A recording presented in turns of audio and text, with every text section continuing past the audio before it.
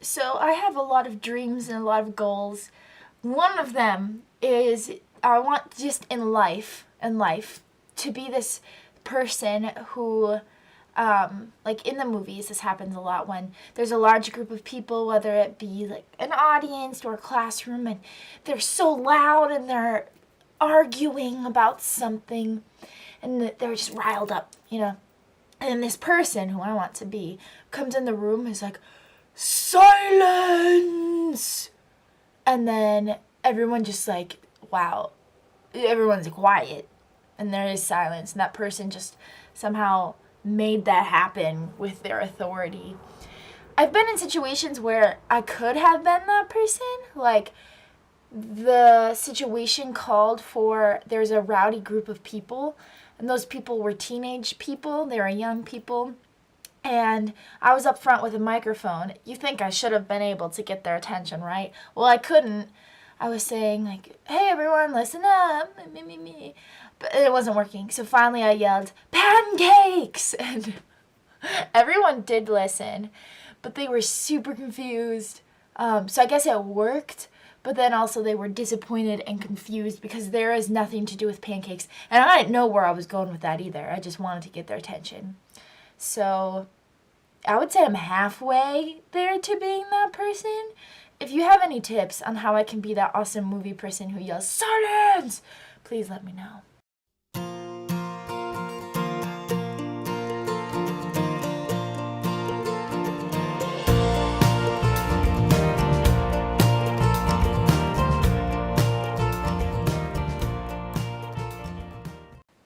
It is interesting, though, how movies portray silence. It's sometimes seen as a negative, something oppressive that is forced upon people. Like that person who I still want to be, who walks into the room and demands this silence. Or if there's a movie with a classroom in it, and the teacher demands that there be silence, and once a kid clicks his pencil on the desk, he's slapped on the wrist with a ruler. Because silence is something that is like that, I guess. Or maybe you have a negative view of it in your own life. If you're having a conversation with someone and there's that moment of silence, it's awkward and there's tension building and that's not fun. Or maybe the Wi-Fi went out at your house and you can't play Spotify while you're getting ready, and that silence for you is awkward, uncomfortable. It is a void of something fun like music that used to be in there.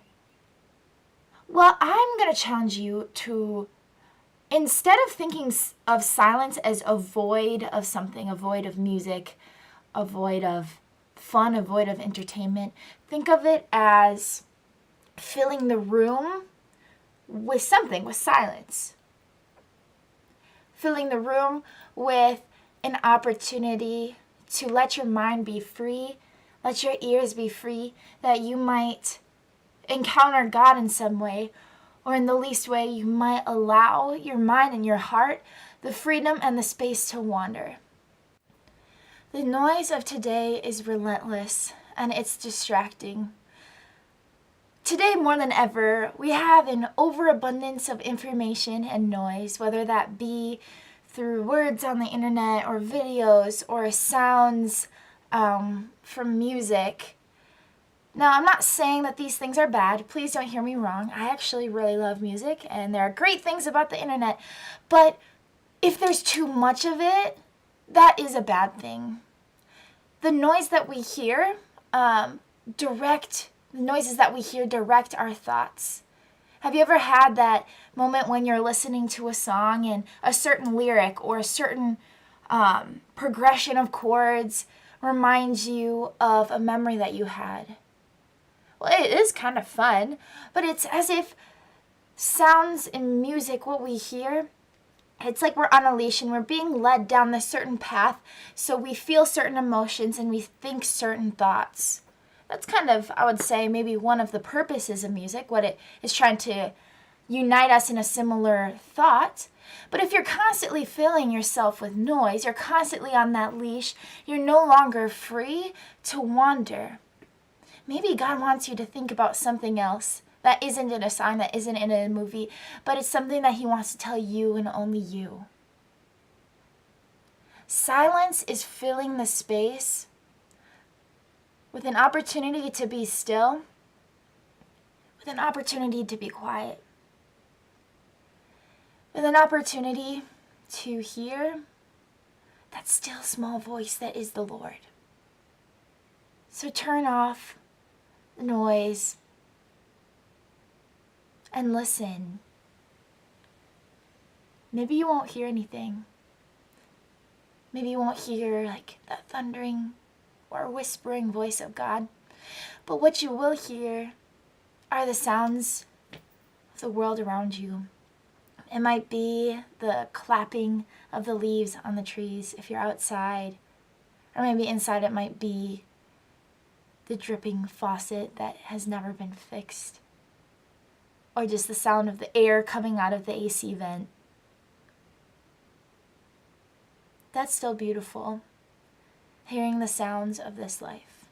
So, my challenge for you this month is to choose one moment when you normally would have been playing music to be silent, to let there be silence, to allow it in your vicinity.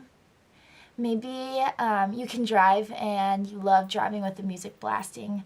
That's me. Choose that moment to turn the music off. Or maybe you love to play Spotify while you're taking a shower. Choose that moment just to let there be silence and see what happens. Invite more silence into your life because you're inviting greater opportunities to encounter the Lord.